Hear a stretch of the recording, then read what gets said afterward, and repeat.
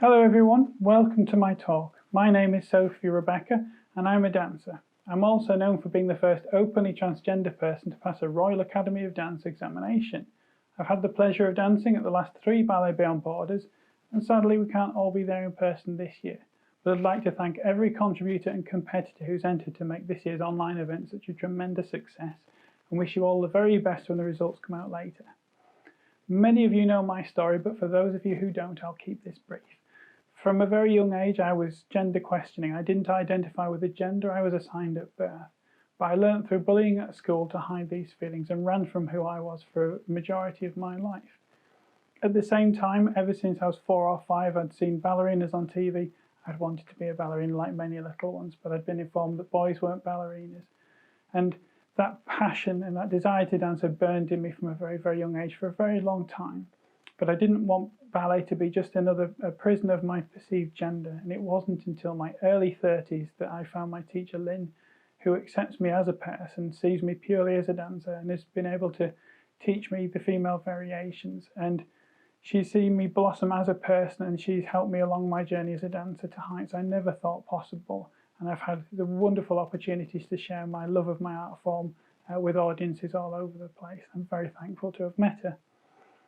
Today I'm going to be talking to Peter Bussian. Peter is an acclaimed photographer, and his latest works is the Trans New York book, which details trans and gender non-conforming people all over New York and has explanations of who they are in their own words, along with beautiful portrait photos. So let me introduce you all to Peter. So Peter, welcome to Ballet Beyond Borders. How are you feeling? Fine.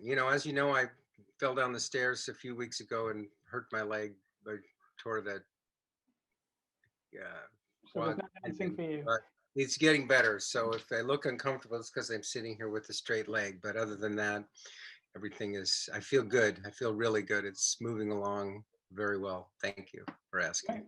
Thank you for being here with us. Today, obviously, I'm going to be talking to you about your book, which I have a copy of here, the Trans New York book, and I've got a few notes here. And diving into sort of your inspiration behind this book and some other bits and pieces, and looking at the parallels between body perception amongst the transgender community and amongst dancers. So I guess the first question I've got is what motivated you to make this book? Yeah. Excuse me. Well, a few things. I've been working in international development, media, photography, film for many years, for 20 years or more actually.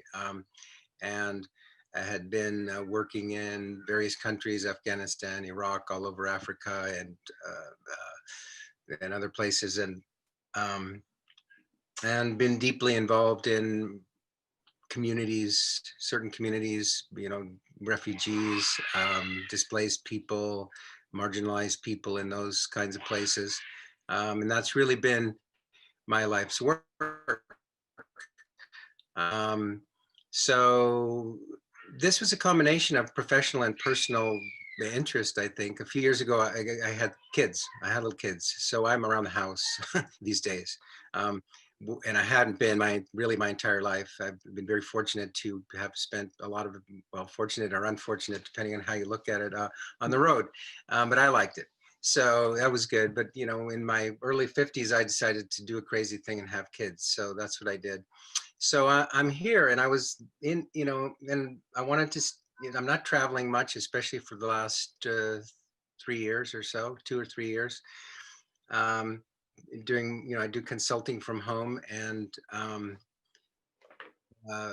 I was looking for a project local. I live in New York. I live just outside of New York now after many years in the city. And I was looking for a project around here that was that I thought would make a difference, actually, that I thought was something that mattered. I didn't want to do another book on taxi drivers in New York, or, not that that doesn't matter, but it didn't really matter to me that much. So I was looking for some, and I just kind of fascinated with this community. It it has been so marginalized, and I believe it's the most persecuted group of people in this country anyway, and I think in many countries around the world. Um, and it was a combination of that. I was very, I don't want to, there's not a political motive but with the book, but I was very disturbed with the direction of our country in terms of social issues and progress and equality among, all kinds of different groups. And I wanted to do something that could do something, could have an impact on that. So that was, so from a professional point of view, this all clicked, and I just got the idea, and I actually went down and did a few pictures of the Pride Parade one day, which I hadn't been to ever. And I got one really interesting picture, which was I don't even know if I would categorize these two people as trans, but gender gender challenging or gender non-binary, a couple in a doorway, and they were dressed in a really interesting North African clothing, and they were really, really interesting people. And I got this one picture that was interesting, and I sent it to my publisher, who had done a previous book of mine, Passage to Afghanistan, which was based on my years of working there. And she loved it, and we talked about a few ideas, doing something on the LGBT community or whatever, but I said I really wanted to focus on the trans community, and I would like to do a book on that, and she agreed, and so we were off. But so the other aspect, though, was personal. I have kids. They're young boys. They're not locked into any gender really yet. I mean, although they starting to go to school, and especially one of my sons is very fluid. He puts on makeup. He dresses however he wants, male or female. He's and he looks, he's rocking the David Bowie look. I mean, he's really just and it doesn't matter. It doesn't matter. And I think he's even happy and he's a child. He's exploring. sorry, yeah, He's he's just a child, and then I'm so. I was also wondering, what is this thing, gender, even? I mean, what is this all about? How much of it is, physical? How much is mental? And then of course, when you get, as you realize, the older you get, more and more things are mental. I mean, sex, for example, is very, very mental when you get to my age, because, the physical, begins to decline, but maybe the mental increases.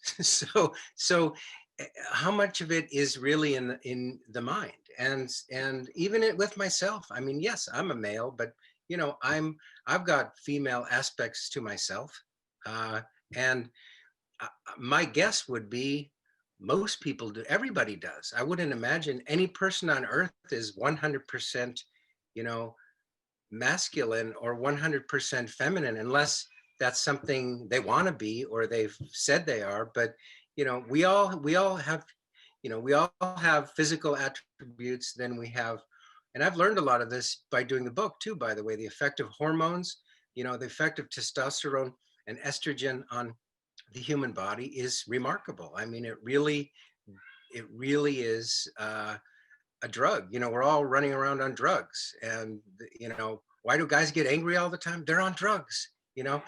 Why do women cry all the time? They're on drugs. So I mean, I didn't know a lot of this, but I began to just question the whole thing, and so it all worked, and I had a deep interest in the topic, and then I dove into it, and I started meeting people, and it just kind of went from there. But those are really the motivations, both professional and personal.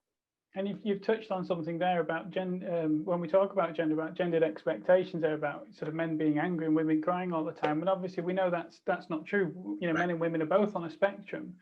It's just what society has deemed is masculine and what's been deemed as feminine. And the reality is that people are everywhere on that spectrum. You will know some men who are more masculine than others. You'll know some women who are more feminine than others. And it's just part of the human condition.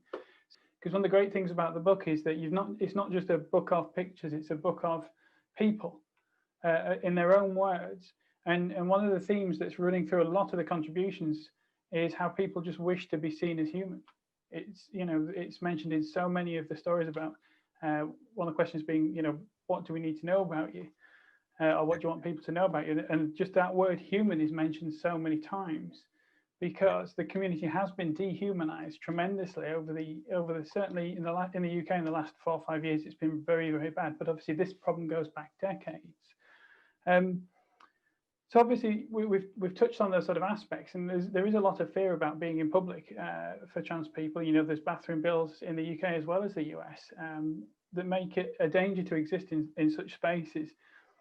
And when you're photographing people, obviously you're trying to capture them and their true selves, and that's very powerful for them. But I'm guessing a lot of them were very, very nervous. A lot of all of the pictures, really, nearly all of them, are in public spaces, and I'm guessing that people were very on edge at first. And did you find that a tricky part of the process, getting people to sort of relax and show them true selves? Actually, no, I didn't, and I thought I would. I also thought I would because, you know, as you say, I mean, you know, they're persecuted. Many of them feel persecuted in public, but maybe it was the particular group I got, and because they felt comfortable enough to do it. That was one thing. But I think it's also New York City. I mean, you know, look, we see every, that's one of the beauties of this city.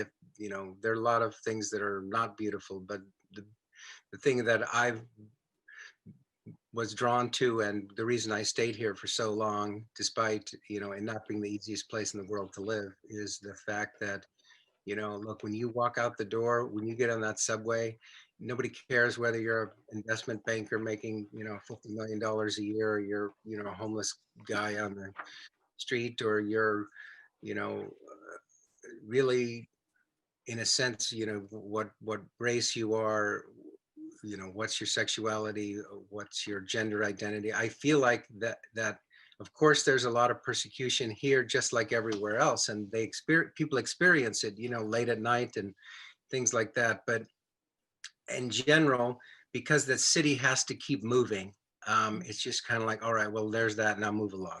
Yeah, You know, if it's you not gotta, such a big where's the issue. next thing? Exactly. So there's, you know, a cyclops. Can we move on?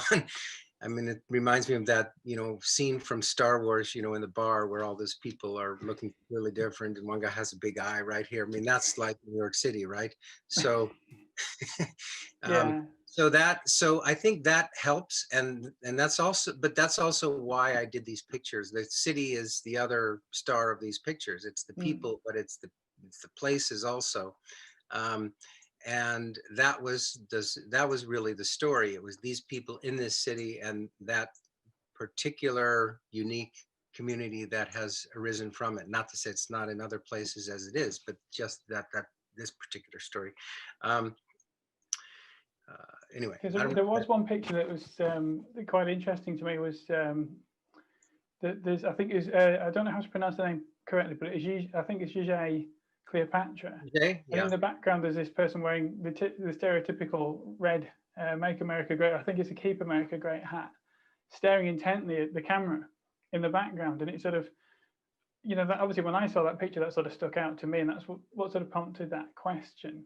yeah, And obviously, that whole movement is sort of synonymous with being very much opposed to transgender rights and everything. And that sort of image stuck out in my head. But I mean, I'm guessing everything was fine on that day. oh yeah, yeah. We had a lot of fun actually. We tormented the Trump supporters. So we decided to do the shoot on 14th Street, and so they are, you know, Trump supporters are persecuted in, you know, New York like other people are persecuted in other places because there are not that many of them. I'm just joking, but so they were having a little rally, and there weren't a lot of them. I felt a little sorry for them. There were 5 or something, and JJ and I were doing this shoot, and they were running around with their Trump signs and everything. So we just started interacting with them a little bit, and JJ was having some fun with them, and you That know, just takes like tremendous bravery. posing in front of them, because you know, you know, she could tell that it made them a little bit uncomfortable. So Yeah. Well, that's incredible strength of her to be able to do that. You know, I'd have been running for the hills. Yeah. You know, Well, I um, mean, I think that is it's a strength of her and it's a strength of this city because I think yeah. people do feel emboldened here to be themselves, uh, and so I anyway that was yeah that was a cool scene. We got some good shots out of that. So one of the things, obviously, that we've again mentioned is, and I think this is where particularly transgender issues and dancers cross tremendously, and I see it a lot when I'm in class.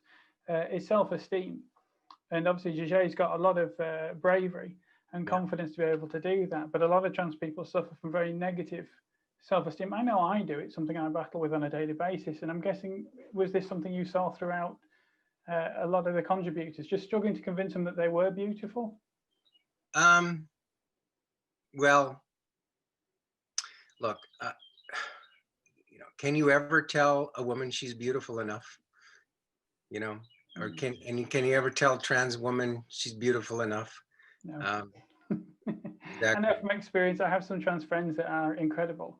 And you know, whereas I feel that I am identifiably trans by numerous features, these friends are not identifiably trans. There's no way you'd know they were trans, but I know that they can't see it because they tell me of their struggles, and when they look in a mirror, what they see. So I know there's nothing I can say that will ever make them feel different, and that's helped me appreciate it from both sides, because it isn't just trans people, it is women and men to a degree.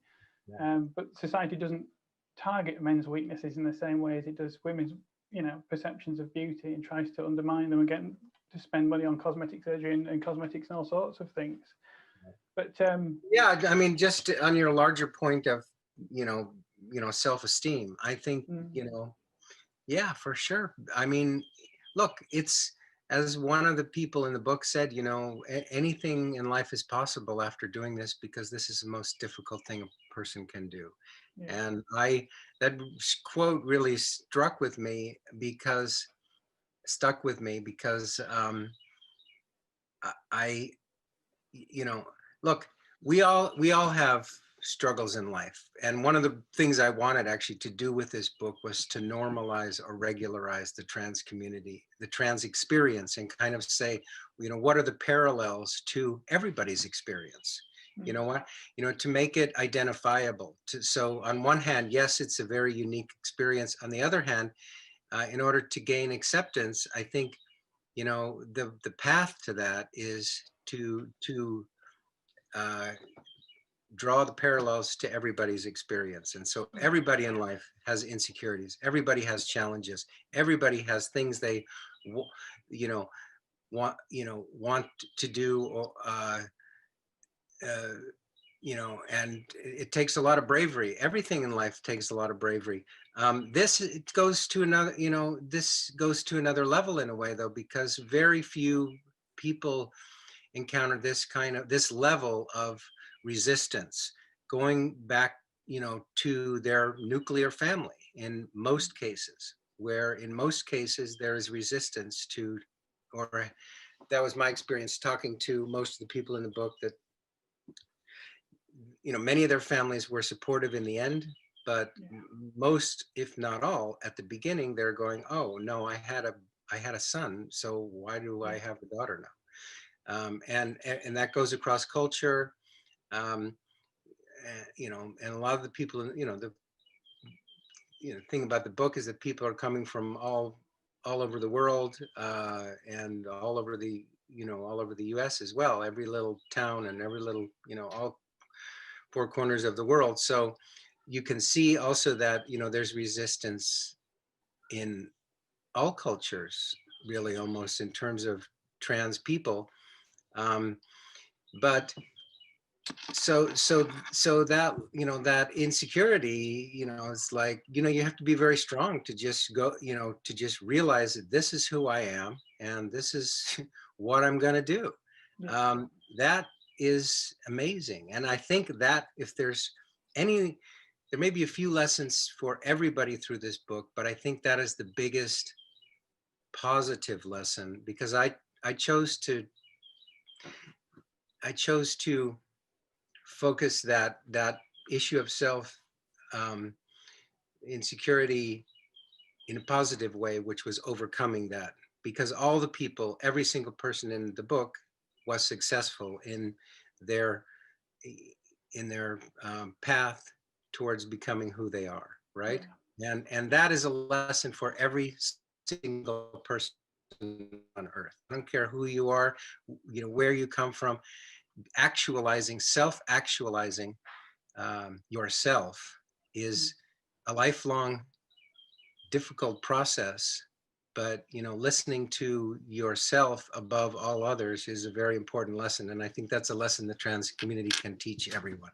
Yeah, and like you said there, these it is fairly sad to think of it this way, but these are the survivors. There are plenty of trans people, and particularly trans women of colour, who never make it, That's or right. they just at the point which they do make it in themselves, the world will take them away for who they are, and that's Exactly. yeah, And one quite thing I sad. should mention too, though, okay, so only half the people in my book are trans women, and 30% are trans men, and 20% are non-binary. So they're not identifying either as totally male or totally female. And I it was fascinating in a way, because a lot of the older trans people, were a little bit, they were kind of like, what is this non-binary thing about?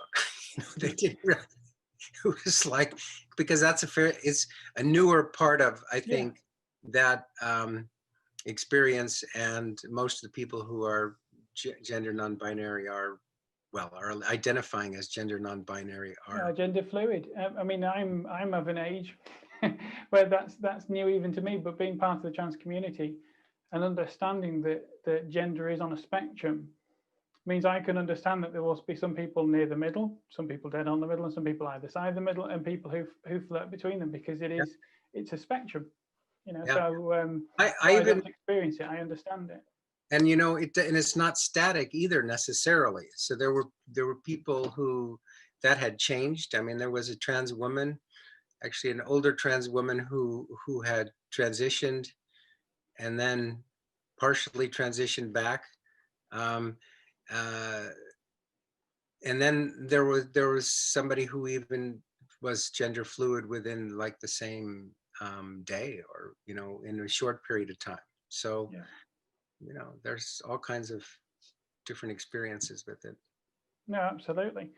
Um, and I think you've mentioned this earlier. There is a lot of variation in the contributors, and one of the things that sort of I always notice is whenever we see sort of bathroom bills and media discussion of trans people, it almost exclusively focuses on trans women and how we're a threat or a danger, and it ignores trans men. And trans men actually make up slightly more percentage of the transgender population than trans women. And there's a whole lot of reasons why I think that trans men are ignored in these debates. And it is down again to perceptions of gender, but it's good that there are so many who were happy enough to be featured in this book for them to be visible. Um, there's not a question in here. I'm rather making a point. Sorry, but yeah, Good. Oh, it is you just the you fact that should it's make just a point. so Yeah. spread. Yeah, Sorry. it's something that needs saying. But within the book, like you say, there's so many different people of gender expressions and ethnicities and everything really. And you mentioned earlier about societies' um, treatment of trans people around the world. Obviously, there are multiple societies that have recognised multiple genders for thousands of years. Granted, the Western civilization, we erased any sort of trace of that wherever we colonised the British when we went, and Yeah. a lot of places are just starting to reclaim that. Absolutely. And I mean, I've done a lot of, work in South Asia, and the first place where these photographs were exhibited was Pakistan. I had been invited to the Islamabad Arts Festival last year and exhibited them, and it was not it was not an issue at all. I mean, even the president came, and met the president and the first lady, and uh, so in Pakistan, which of course used to be part of India. So it's the same culture. So, they have the hijras who are really a third gender, going back, of course, probably as long as people, right? So, um, so yeah, when the British came in, they outlawed all that.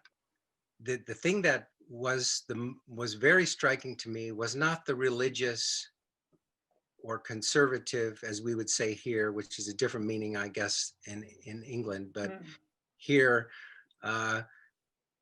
that position about trans people, about that not really being, an acceptable experience of human beings.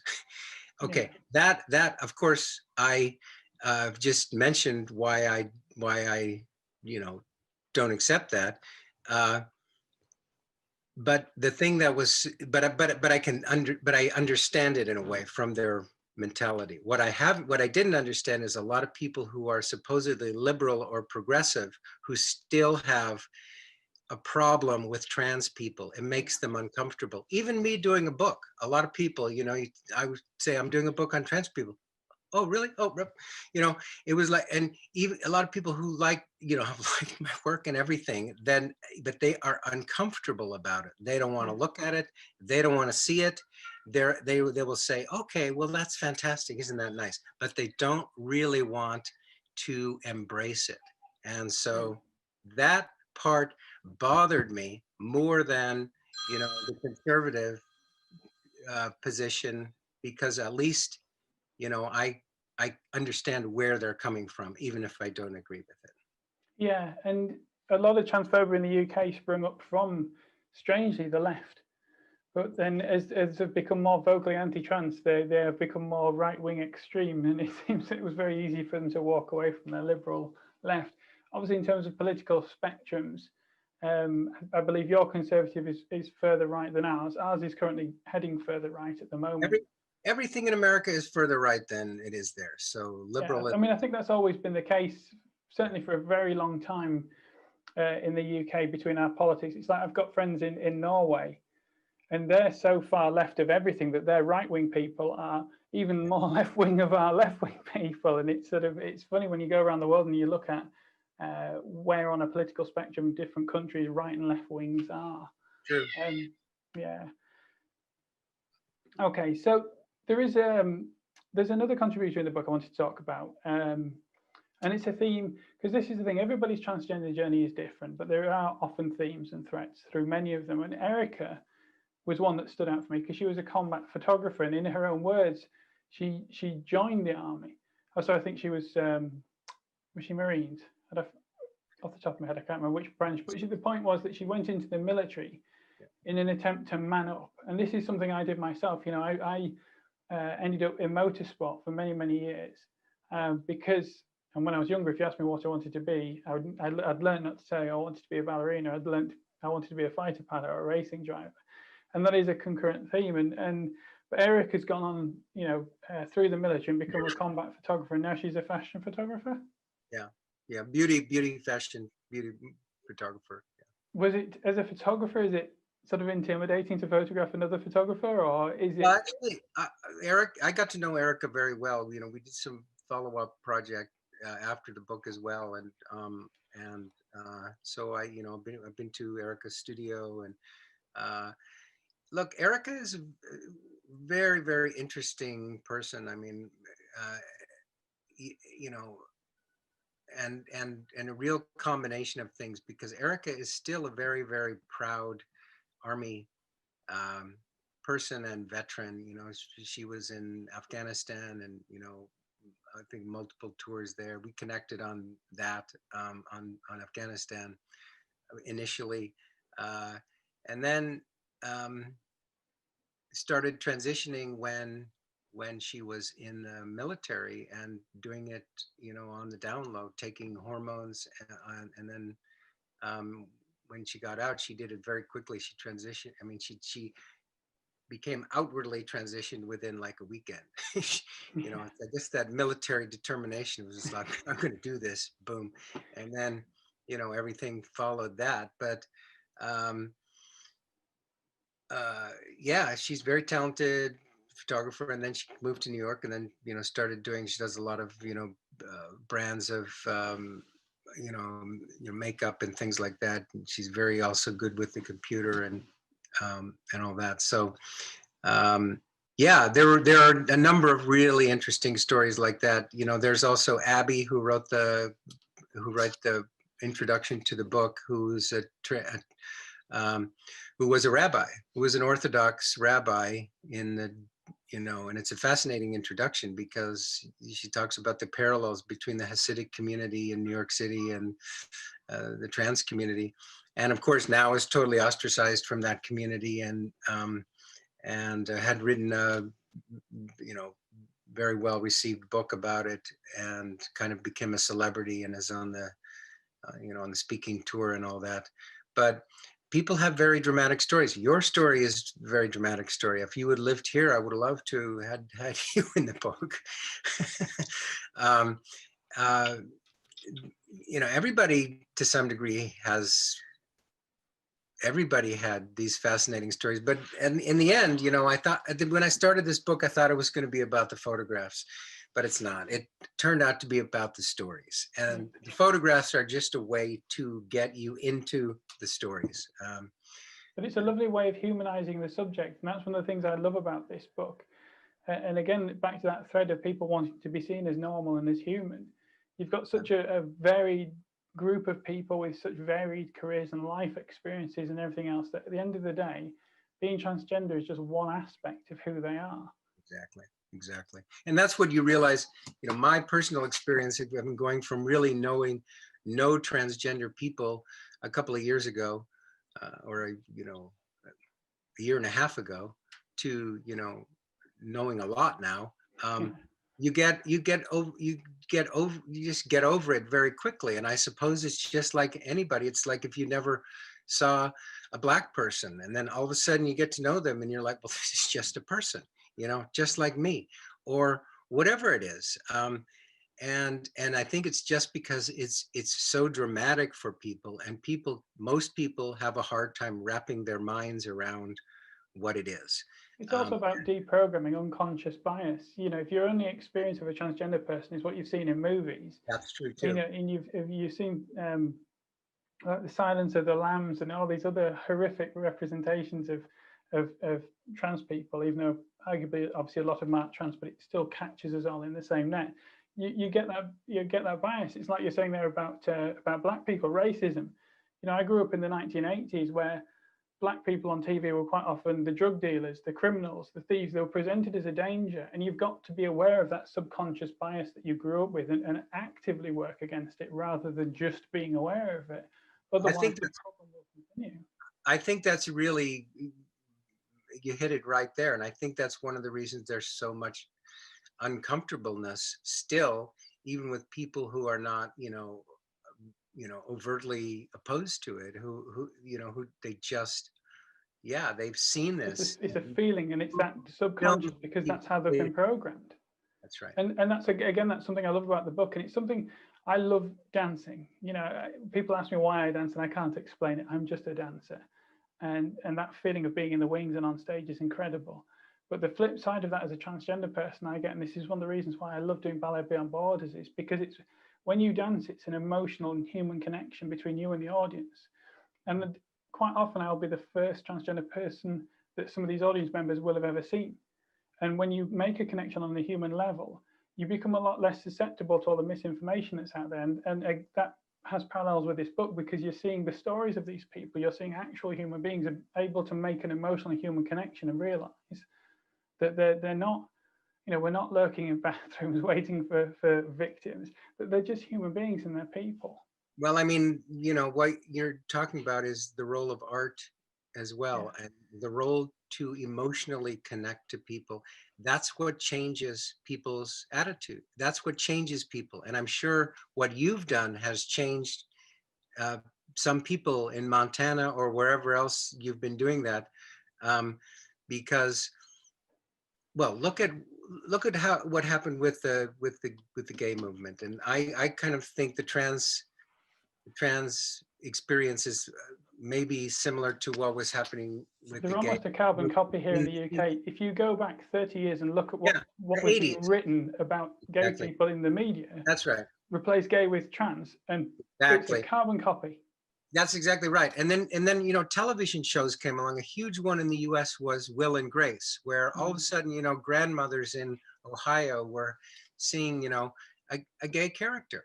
who was someone, you know, they fell in love with. And all of a sudden, you know, they were like, wow, I'm in love with the Attitude gay started character. to And, shift. you know, that could match the fact that they also have a gay nephew. So, you know, It's why representation is so important, and why the transgender community gets exceptionally frustrated when yet again a cisgender man gets portrayed as a trans person, because it reinforces that link in the mind that the transgender is man who wants to be a woman. I was never a man. You know, I pretended to be a man. People thought I was a man. I tried desperately to be a man. I was never a man, and it just reinforces that tired old stereotype. And there is no shortage of transgender actors and actresses out there now who should be in these roles, and we're starting to see them more. And it's obviously that representation is very, very needed. And in the same way, this book is very, very needed in its representation, because it shows young trans people or gender questioning people that there are other people out there that have successful lives, who have survived this, and not only survived this, but are thriving. And I think that's really important to younger people. yeah. Another thing that was interesting to me is to learn how actually prevalent transgenderism is in our in the world. Like it's amazing how many people that I would, they would find out I'm doing this book, or I would mention it or whatever, and so many people would have a connection to somebody who was trans. It's And estimated to be about 1% of the population, and that doesn't sound like a lot until you realize just how many millions of Americans that is. yeah, Or in the UK, it's hundreds of thousands of people. yeah. And there's no surprise that as transgender people have become more accepted. I mean, let's not forget that, was it 2014 Time magazine declared this the transgender tipping point, and we just seem to have gone backwards since then. And we were all sort of looking at that cover with Laverne Cox thinking, When wow, was we've when was made it. when was that cover? I think that was 2014, Well, 6 years ago. I don't think we've gone backwards. I think that there has been a backlash, and Mm, that there's been a lot of forward movement at the same time on maybe yeah. not on a federal level here, but on a local level, state level. And look, we had this backward spurt here, but I think if you look at it as a whole, the momentum is towards more acceptance in terms of the culture and the country, and I most think that has parallels with a lot of struggles, civil struggles over the years, where sometimes it feels as though it's getting really, really bad right before the big steps finally taken. yeah. And that's certainly the way I feel at the moment. Is under siege. Like mentally, it's quite a strain sort of seeing your community portrayed so negatively on a daily basis in the UK. Things are really quite bad in the UK at the moment, and I hope we turn that corner soon. Um, because what you see on Twitter and in the media in no way reflects the wonderful people I interact with on a daily basis. When I first came to Missoula, it took Charlene over a year to convince me to come, because of course the first thing I did is go, well, Montana, and I looked at this map and it's a red state, and I thought, I'm not going to a red state, they'll kill me. And it took a while for Charlene to earn my trust and for me to come over. And I was really taken aback. I know Missoula is sort of a blue drop in a red state, but still just how wonderful everybody was. And it's such a lovely community. And I'm willing to bet that all across America, there are communities where trans people would be afraid of, where they actually find that people are Sure. Look, there's no such supportive. thing as, there really are no red states and blue states in America. Yeah. There are, uh, there are, when you have larger populations and also more educated populations, it's blue in every single state, including Montana, including Missoula, right?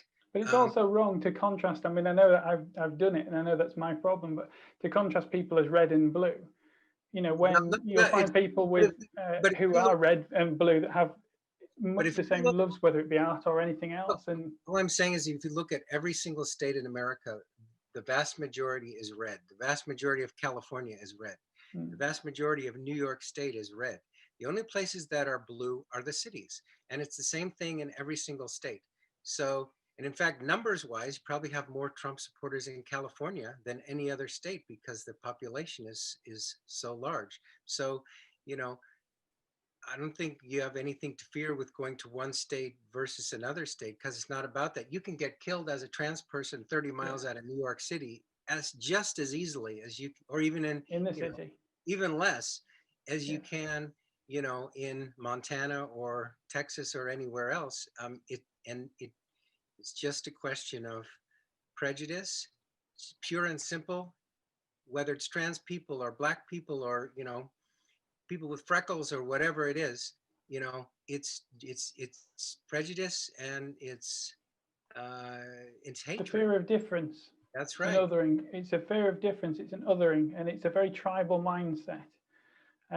It's been very well researched, and that's why, as you say, art has such an important piece to play here, because when you see other people as humans, and you realise that's what we've got in common, you know, you start to break down that barrier, because it is the fear of the unknown, the fear of the outsider, and I think that's where we're at now. And certainly, personally, things feel so tribal at the moment, and as we've just discussed, Well, yeah, red and blue states and red and yeah, blue people, yeah. Well, we've when had we all leaders. share a lot more in common than that divides us, and Had we need to start that. So, and it can be very hard to reach across. You know, things have become so entrenched, and social media has really, really played its part here in separating people into their own separate bubbles, and then radicalizing on both sides. And yeah, so I think a lot of outreach is very much needed to bring humans, people together again. yeah. That would be a lovely note to end on, but I'm not going to end there. I've still got questions I want to ask. Okay. um, so, I mean, what it does lead me to is quite nicely is what do you think you learnt from the book, from the Um, process? well, I certainly learned that um, I learned a lot about the transgender experience. I learned about trans people. Um, I I think in a bigger, I mean, that's somehow a hard question, even though it should be the It easiest seems one. so simple, doesn't it? Yeah. Um, uh, it just reinforces, I guess, more than anything, my belief always that, we're all the same. I mean, we're all the same. I mean, it's not that different than the reason I did a book on Afghanistan, for large, to some degree, the same reason, just to, communicate that, those people are the same also. So, I mean, uh, maybe I didn't learn anything. To be fair, the discussion we've been having shows there's a lot of things it's Nothing. clear that you've learned along it, but because I mean, funny if you mentioned Afghanistan, you mentioned the Islamabad Arts Festival, and that's where you met Charlene, wasn't it? That's how your worlds have crossed. Yes, that's right. Yep, they were there, and it was so beautiful to see those dancers um, connect, uh, especially in a cultural way. To see, all of the different types of dancers, and Native American and Mexican and ballet, and um, what a and it was wonderful. I really loved those people, actually. So that was a really nice connection, and we all Yeah. were kind of in it together. And we met the president together, and uh, it was it was a whole lot of fun. And the whole thing was put on by a guy named Jamal Shah, who I had worked with in 2013 when I was there, who started the Islam Arts Festival. And I've continued my engagement in that country. I'm now teaching an online cinematography class in there's a new film school, national film school, that they've just started, and I've been teaching that, and that's been really, really satisfying as well. But look, I don't think I gave a satisfactory answer to what I learned. I learned so much that I can't, I can't Even on your really. own. Um, I don't think I can wrap my mind around how to really even answer that quickly. I mean, uh, I think this was a whole, population that I knew nothing about, and now I have a lot of friends who are trans people, and you know, I mean, that's the interesting thing about something like this is once you get into it and you meet people, then you get over it very quickly also, and it is just one thing about them. I mean, it's everything. You know, there's so many other aspects to human beings. You know, you're a Yeah. ballet dancer, but you're also trans. So, you know, but once you get over the trans part, then you can just realize you're a ballet dancer and all the other things, and you run a company and, you know, all these other things. Yeah. But people get stuck on the trans, and I don't think they get past that, and they just go, oh well, it's trans. Yeah. And then they don't see all the other beautiful things, individual things that these people are. They're just trans and labeled as trans, and it doesn't go beyond there. I think Reduced we to, do that with all kinds of groups, right? yeah, and again, that comes back to the point that I was making about sort of red and blue states and red and blue people. Is if you boil people down to one aspect of who they are, you miss the rest of the person. That's right. And Yeah. and it's a mistake. It's an absolute mistake to make of any people of any group, I think. One of the things I wanted to do with this book was I wanted to reach people who are not normally, would not be natural people who would be accepting of trans people, or would not be, you know, at coffee houses in San Francisco. I mean, one of the things I dreamed about doing with this book was taking it on a road trip into, you know, as they say, the red part of America.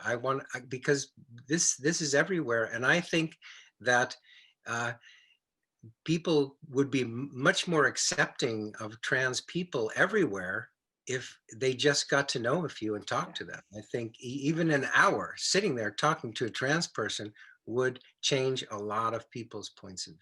And that's why I'm so thankful of my opportunities to perform and to travel with Ballet Beyond Borders, is to try and meet and connect with people and to hopefully change hearts and minds. And I'm very lucky to have that, especially 40 years old. You know, 40-year-old ballet dancer.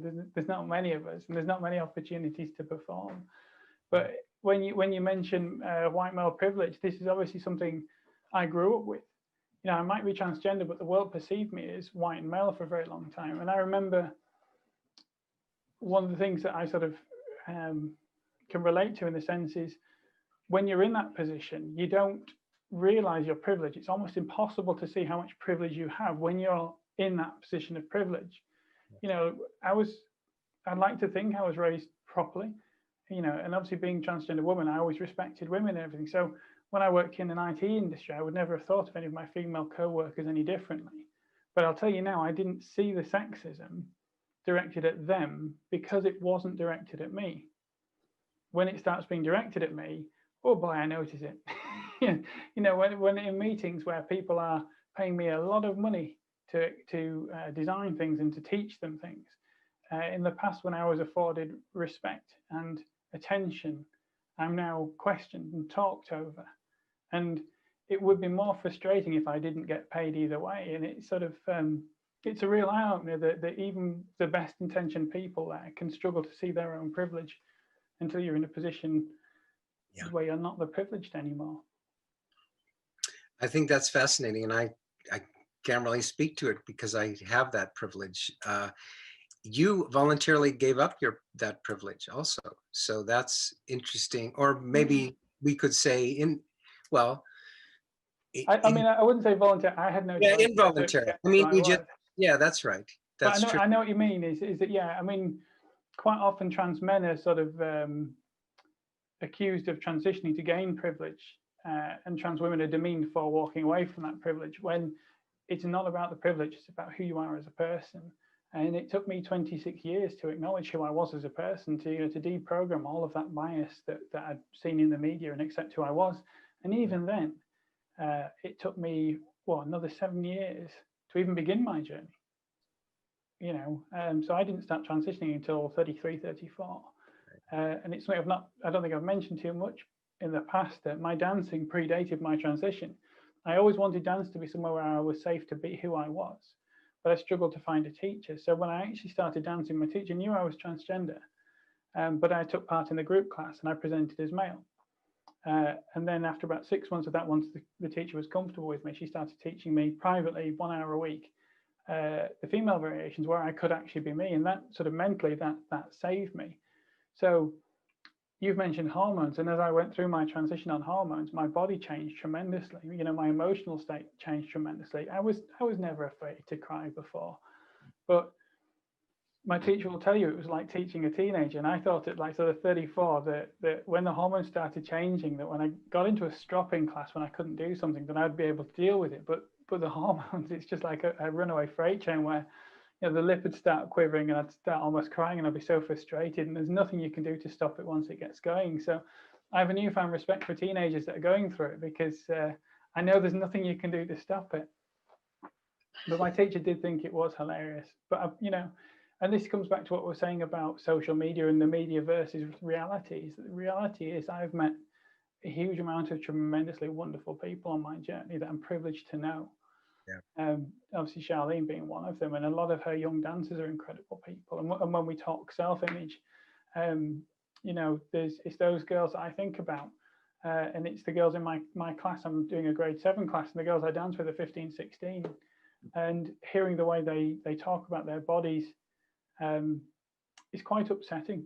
And it's, as we were saying about parallels between transgender people, you know, when a dancer's waiting in the wings and seeing someone else dance, you know, they're always looking at this other person and judging themselves against that person, which isn't a productive use of your concerns or worries or energy. A productive use of your energy is to focus on yourself and your own dancing and improve yourself at your own pace. But I also know that no matter how many times I say that, or how well I try to put it across, that it isn't something that's easily taken on board. Probably until it's too late. when you're sort of my age and looking back and going, well, I wish I was dancing when I was 20. We all have things we wanted to do earlier, and the important thing is to do them, you know? Yeah. Yeah. Well, Peter, it has been an absolute privilege talking to you. I will just say to everybody this, I'll put some pictures of this over. This is the book we've been talking about, Trans New York book, and it features photographs and descriptions of all of the contributors in here, and their experiences of who they are as people and their transition, and some lots of information.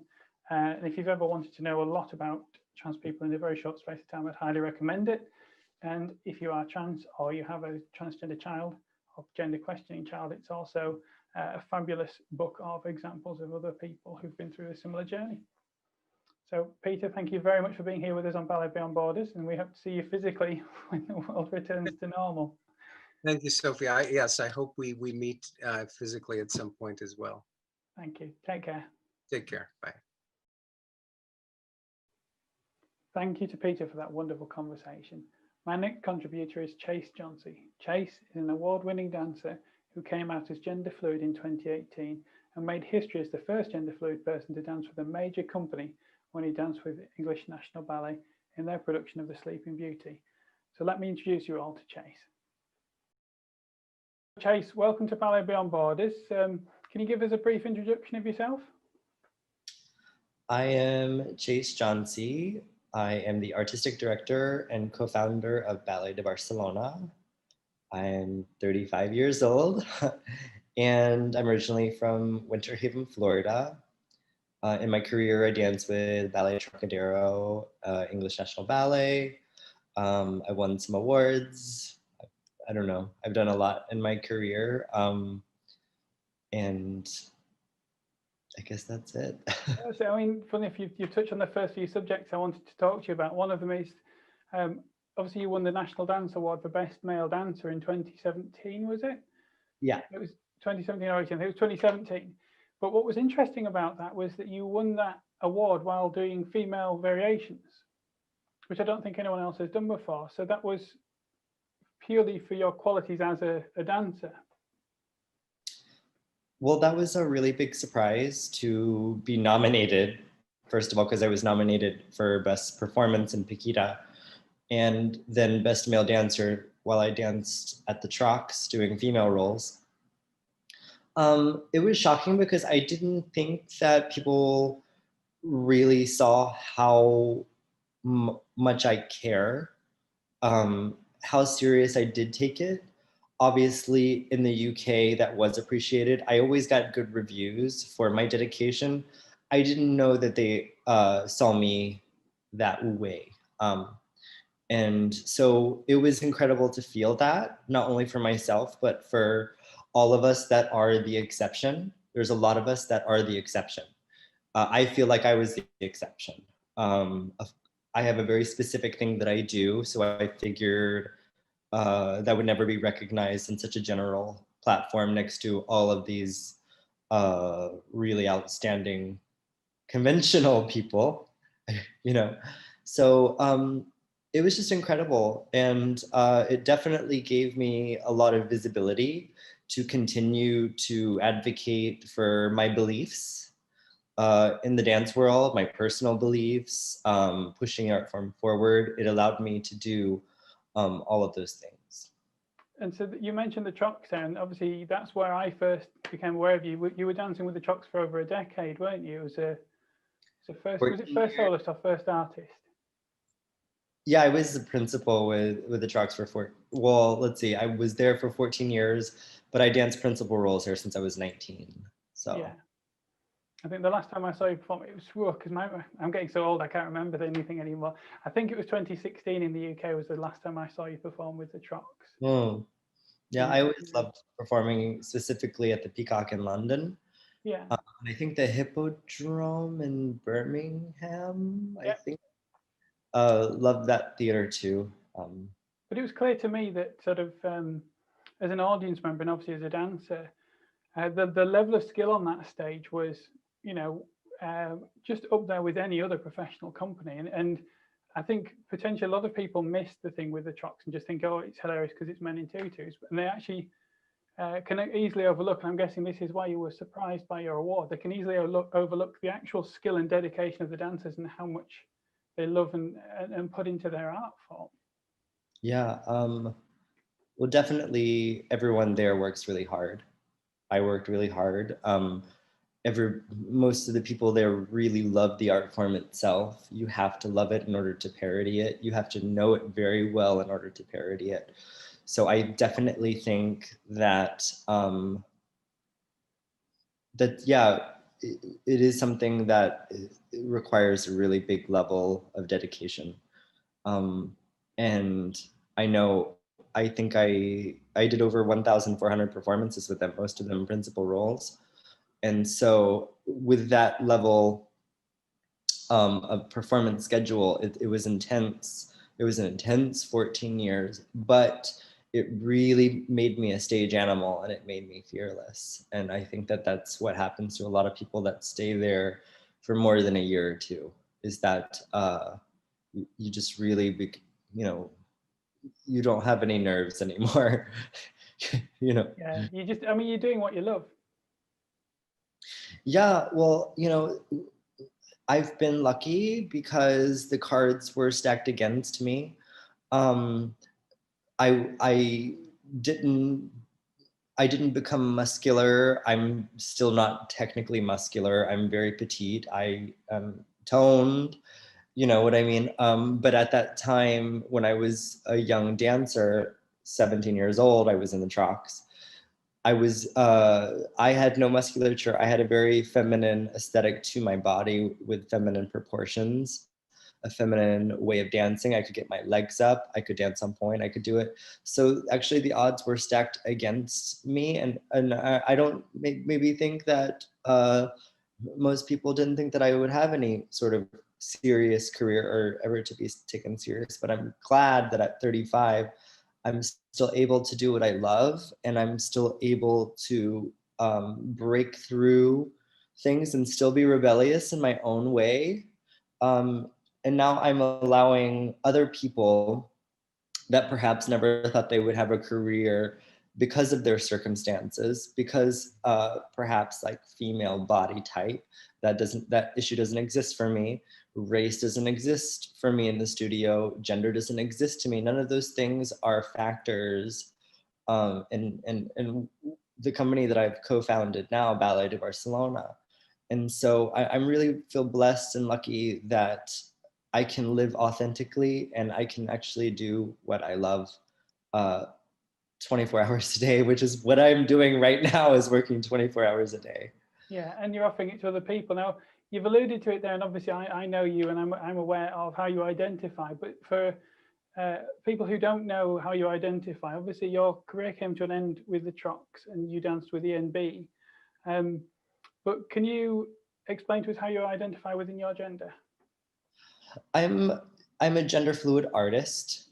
Uh, my daily life, I'm probably more closer to non-binary. I don't associate with socially constructed gender norms. I respect everybody that does live their life and have that way, but I'm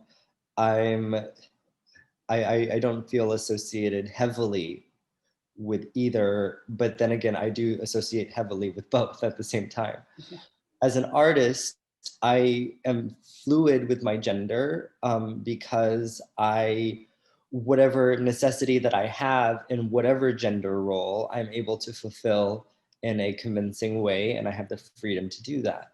So if I need to be a convincing female ballerina for a role, I can do that, which I proved at the English National Ballet. If I need to be a drag ballerina, I can do that. In the productions here, I am not dancing right now, but I will be dancing Odette as some sort of gender fluid creature, where I'm not hiding my genitals by any means.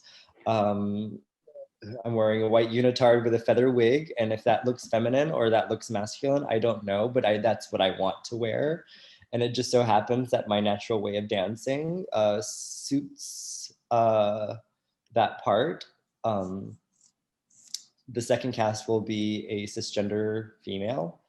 So there's like all of these different options for that. And the good thing is now is that I can make those decisions. Whereas when I left the Trucks, I thought that was the only option for me. Or when I went to ENB, I thought that, being a convincing ballerina and being 110 pounds, whatever, was the only way to go. And now in my situation, now that I empower people, I feel more empowered to actually decide what I do and when I do it, and do it on my own terms. So. Yeah. And obviously with Ballet de Barcelona, you're able to explore and do things that you personally find rewarding and challenging, and offer a space to other dancers who haven't necessarily been treated well by the rest of the ballet community. But how have you found your options and opportunities outside of your own company in the last couple of years? Well, that's a really interesting thing because making history ruined me completely. After ENB, I was on the BBC and I was on the cover of the New York Times, and I was in every major newspaper all over the world, in Argentina and in Asia and all of these, in Russia and all these places. They were covering my story. And I assumed that meant that I was going to get a job somewhere. Somebody's going to want to hire me and continue this. I thought it was going to be a domino effect for myself and a lot of other people. Opposite thing happened. I was like auditioning and reaching out to everywhere. Didn't happen.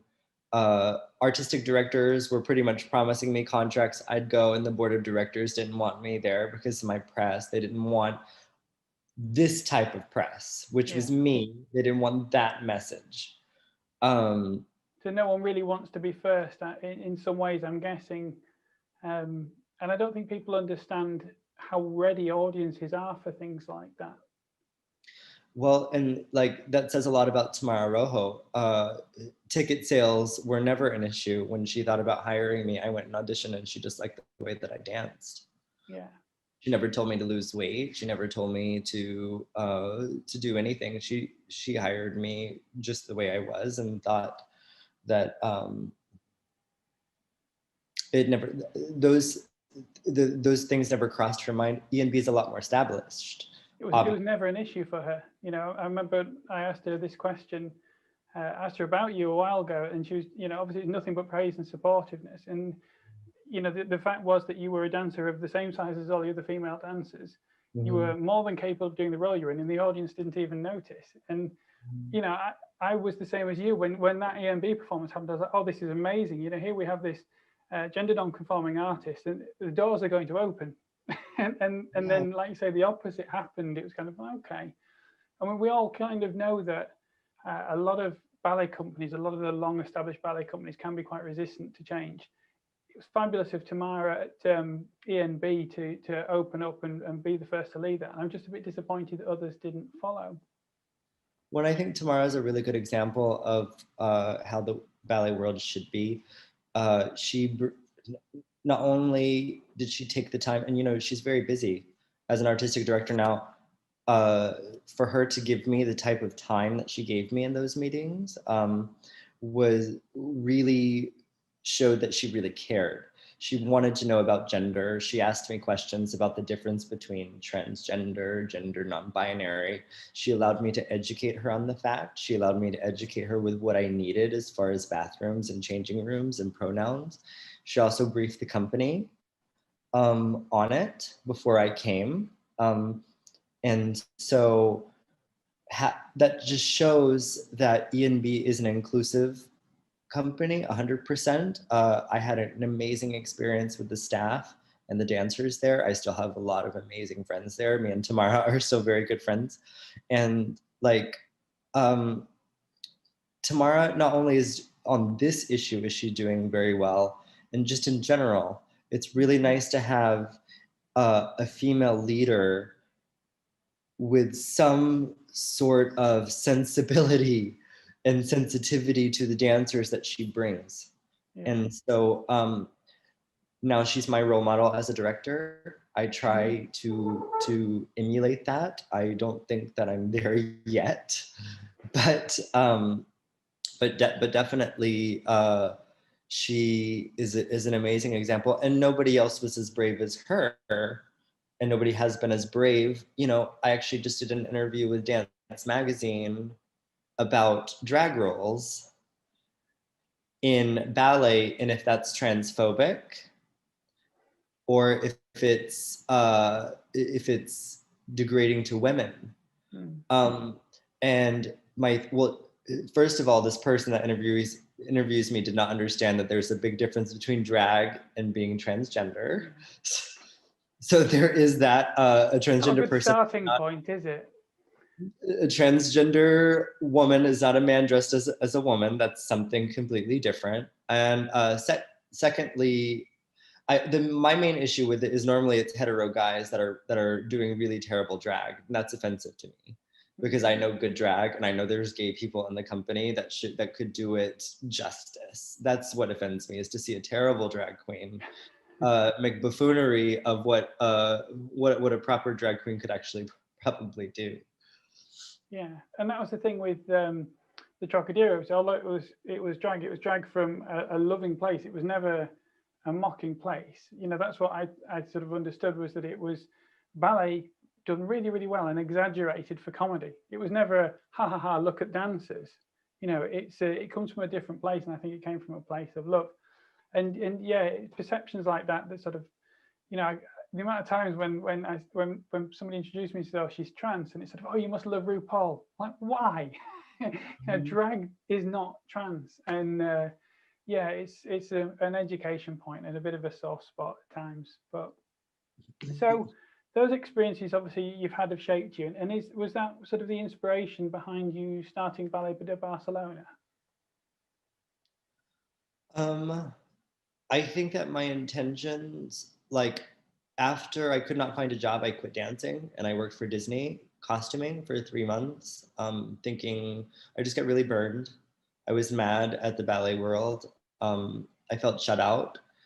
I was like begging to go anywhere, and there was just no opportunities. So then I came back and I started teaching here in Spain, and I found this small group of dancers, really young dancers, but really talented, straight out of school, did not have a job. So I started giving them class.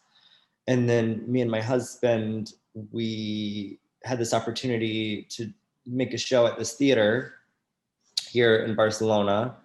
And so we put it together in a month, or 39 days, actually. We had 39 days to do an entire program, all new costumes, all this other stuff. And we did it, and it was a success.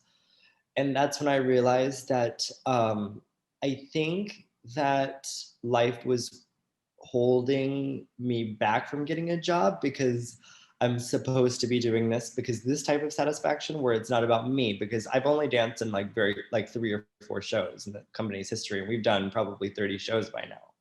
I don't dance in every show. I'm not in shape right now. But the satisfaction to know that I'm empowering other people, I'm impacting their career, they're getting better because of me. We're supporting them, we're paying them. This type of satisfaction is very different.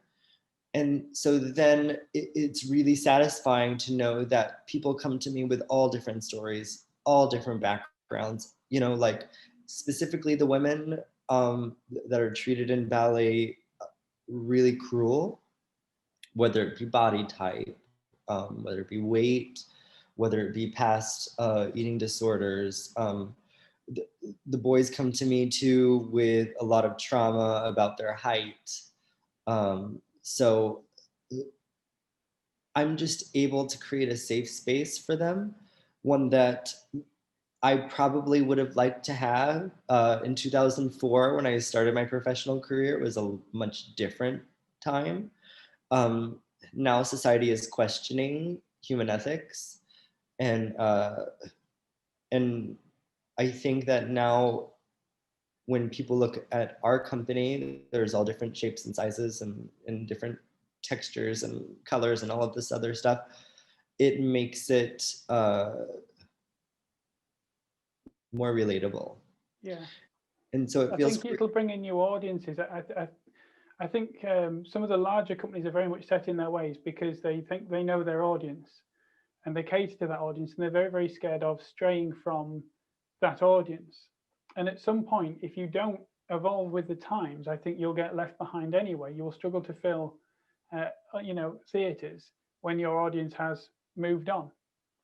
And I think that a lot of younger people, I'm hoping you've noticed this as well, understand gender fluidity and a multitude of genders much more than sort of people in their 50s, 60s and 70s. Not saying that people in the 50s, 60s, 70s don't. I'm on about percentages. And if you're going to get those people into theatres to watch dance, ballet and art forms they'd never thought of seeing, you're going to have to represent that wider society, I feel. And that sounds like something you're doing. That's an interesting thing. Yeah, it's true. I am excited about the younger generation. We have a lot of younger generation people in the company now. And I think that that's where the internet and smartphones have helped, because nothing is really shocking to them. They see everything all the time.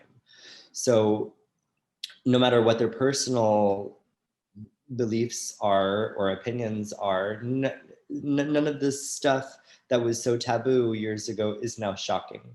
I think what's shocking to them are the real hardcore issues of them, their futures not being good, not having good pay opportunities, the housing market, healthcare. I think those issues are a lot more important to them than somebody living their life honestly.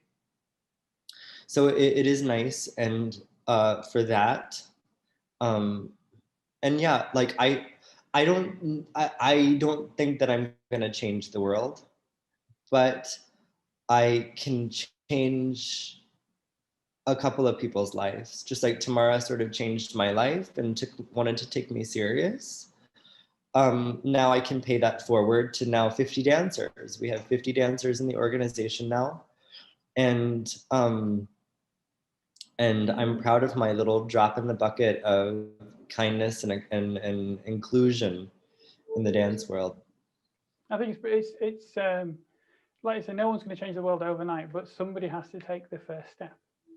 And, granted, in the middle of a pandemic isn't the best time to be sort of threading the needle with a new company.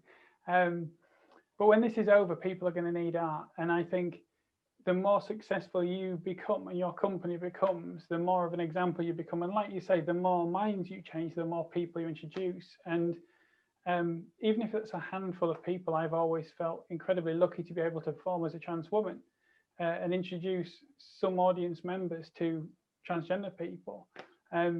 So yeah, I wouldn't downplay the significance of what you're doing there with Ballet Beyond Board, Barcelona. I'm getting my ballets mixed up. But one of the other things you've mentioned there was about, because obviously I'm very focused on gender in a lot of the talks I do because I'm a transgender woman. But I've also talked a lot about body perception, especially in ballet, because I've had the privilege of sharing classes with younger dancers and quite often hear the negative perceptions of themselves. And the ballet world can be very, very cruel like that. And you've alluded to it, that you've got dancers coming to you and staying with you who are suffering, probably mentally and physically, I'd presume, from a lot of these expectations of what a female body should be like in ballet. Is that the case? I think as myself, I've struggled a lot with eating disorders myself while I was at the Trox, really seriously while I was at E&B. It was self-inflicted. Whether, between anorexia and bulimia, I wanted always to project femininity, and I thought that that meant that I had to lose muscle, and I didn't want muscle tone because women have 14% body fat, and when you have testosterone in your body, you have less fat, so you look more muscle no matter how thin you are. And I had to learn how to accept that instead of looking at my body still static, just standing there in the mirror, dancing is actually the body in motion. But how I combat the issue is, well, first of all, I give every dancer in the company 15 minutes with me every month, where we talk about whatever they want to talk about. They can ask me questions. I give them feedback. A lot of times, their first meeting, they come crying about their past experience. So I'm willing to listen and relate to them on a lot of those things. So that already helps for them to know that they're in a safe space from the get-go. The other thing is that I don't allow them to self-criticize themselves in front of me. I don't want to hear them say, oh my gosh, I'm fat. Oh my gosh, this. Oh my gosh, that. I don't want to hear that. That's a rule in the studio. And the last thing that I do is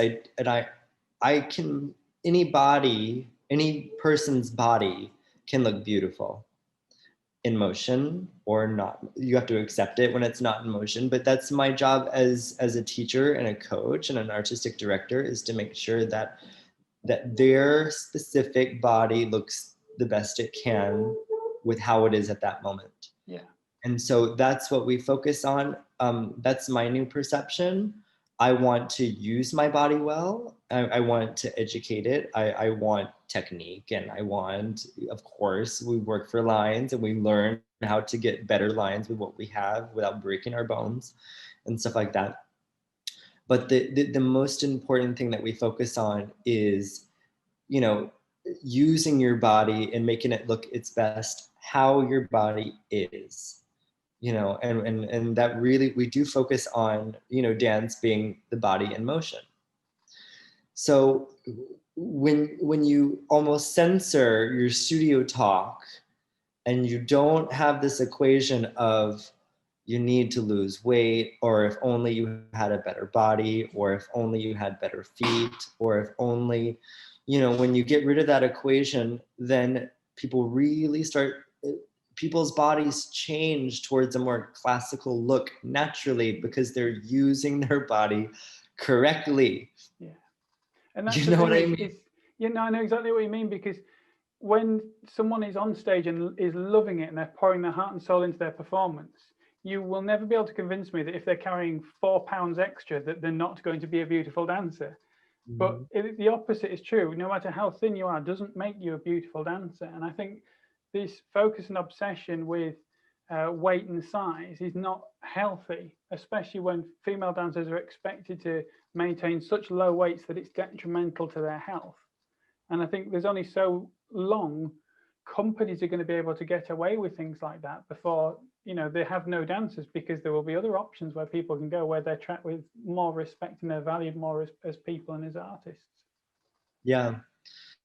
Well, there's the whole misogyny and even the training between male and female dancers. They restrict females, oh, women don't turn like that, women don't jump like that, they restrict men, oh, men don't lift their legs that high, men don't use their arms like that. Those are things that I definitely heard when I was in ballet school.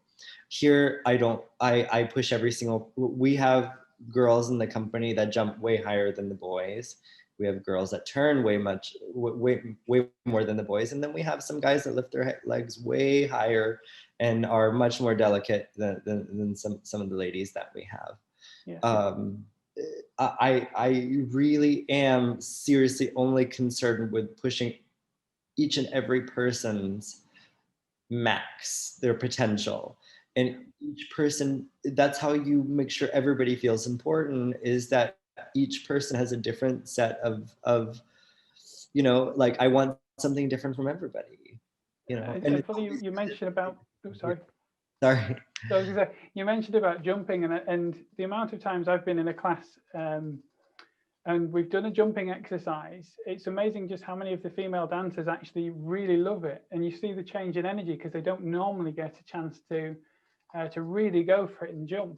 And it's quite funny to see the smiles on the faces and the energy. And you think, well, why are we denying dancers that? Mm-hmm. Well, the interesting thing is we have one girl in the company now. She has a pretty nice double tour. She's actually been working on it.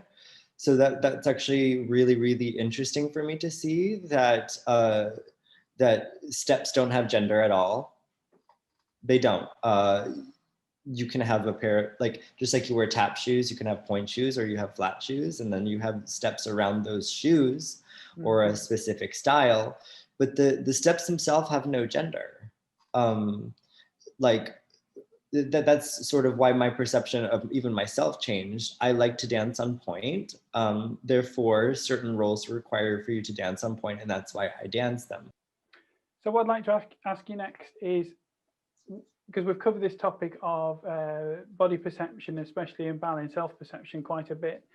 What would you say to dancers who are suffering with either negative attitudes towards their own bodies or negative attitudes towards their bodies from outside influences within ballet or a ballet company? I think that as artists and as young artists, especially young dancers who their ambition to be a professional, it's really important that they have strength in their passion. You have to be very passionate and you have to guard that passion very strongly, because if you let those outside criticisms affect you and make you think that that one person can predict what you're capable of, it's really easy to lose your passion and to lose your love for whatever art form that you love and whatever really just sets you afire. I noticed that a lot. Sometimes people come to me burned out. And so in guiding younger people or people that are facing criticism, yeah, you have to be careful. Then what's even more important is you have to be very careful, not only with the words of other people, but you have to be really careful with the words you use with yourself.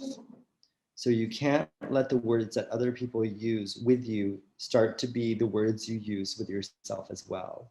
And that's where that vicious cycle comes in, where eating disorders and self-harming behavior starts happening, or burnout or hating what you're doing comes, is that other people's voice becomes your own voice with yourself.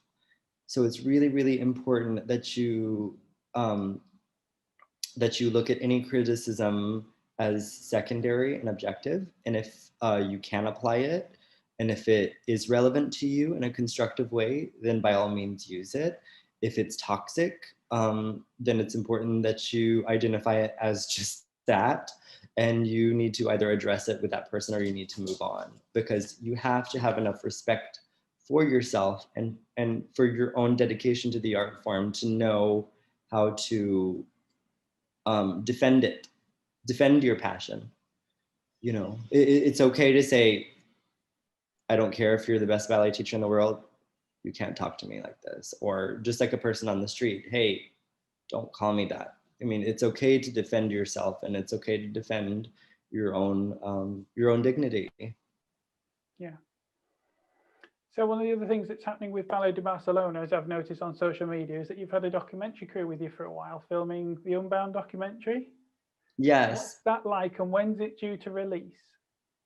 So Unbound happened, let's see, we filmed it over a year ago with Otoxo Productions. They're such nice people.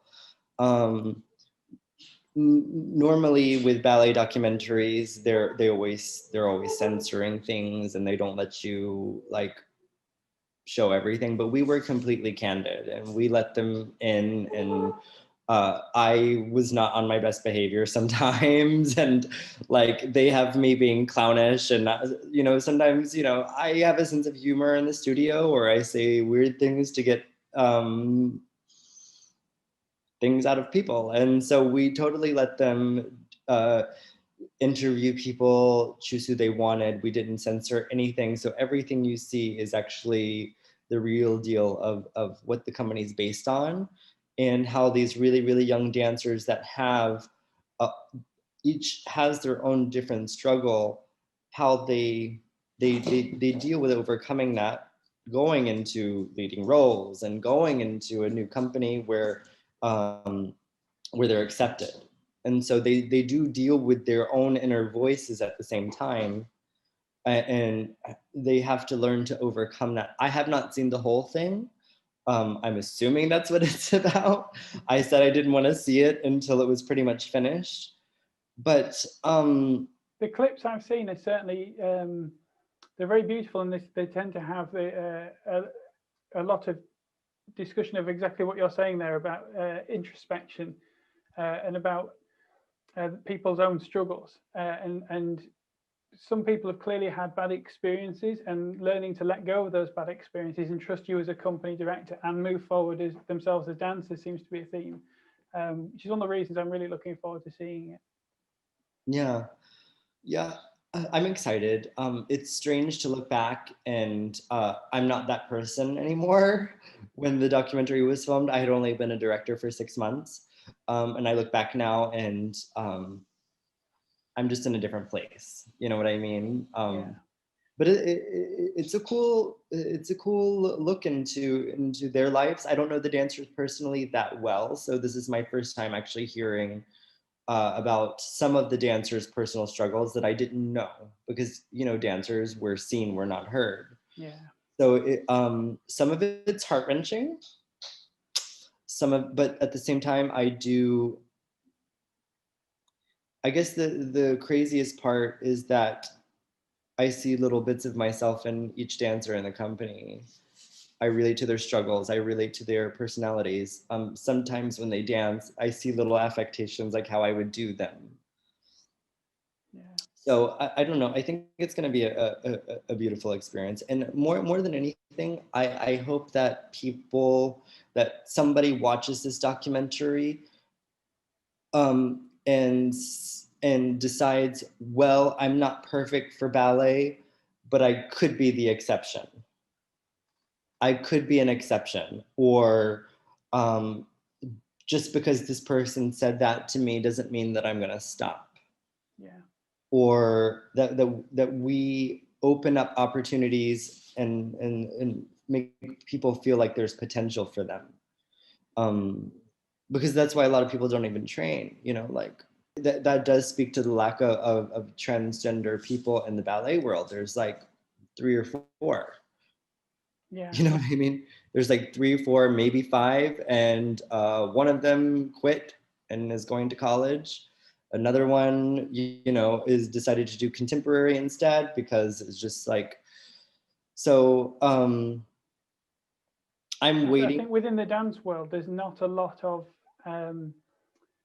allowance for gender anyway. Classical ballet, I think, is much worse.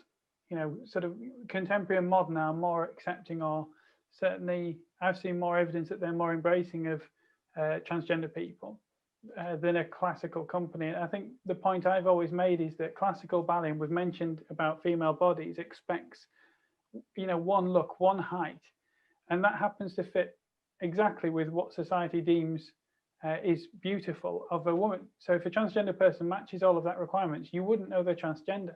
And if you wouldn't know they were transgender, knowing the way the world treats transgender people, why would you come out? So I'm willing to bet we've probably had more transgender dancers than we are aware of, because why would they come out? Why would they risk everything they love? Well, yeah. I just hope that seeing the documentary and hopefully once we're around a while, a lot of those trans people will know that they have a home to go to. So Chase, thank you very much for talking to us. It's been an absolute pleasure. Before we say goodbye, are there any messages you'd like to pass to our competitors, our younger dancers? Persevere every time. It's so simple as that, isn't it? Thank you Yes. very much for talking to us, Chase. You guys take care. Thank you. Bye. Bye. Before I leave you, I just wanted to say that this year has been tremendously challenging for a lot of people. Globally, the pandemic has been handled differently in many countries. In the UK, we've had numerous lockdowns, and I've been restricted from dancing about 6.5 hours a week to about 2 hours. Now, a lot of that's been in my own home studio on Zoom, which is less than ideal, although I'm very lucky to have my own studio. Some of you may have been feeling quite down and struggling to find the motivation to keep dancing. And I know you love dancing and being a dancer. And I just wanted to say that it's okay to feel like that. I've struggled tremendously mentally this year. Dance is my outlet and my joy, and it's how I de-stress. And having it limited has been hard to find motivation at some times. And yes, we can all look around at our various social media timelines and see other people who seem to be going from strength to strength and practicing and rehearsing in their living rooms. But we don't all handle things the same way, and it is okay to handle it in whichever way you see fit.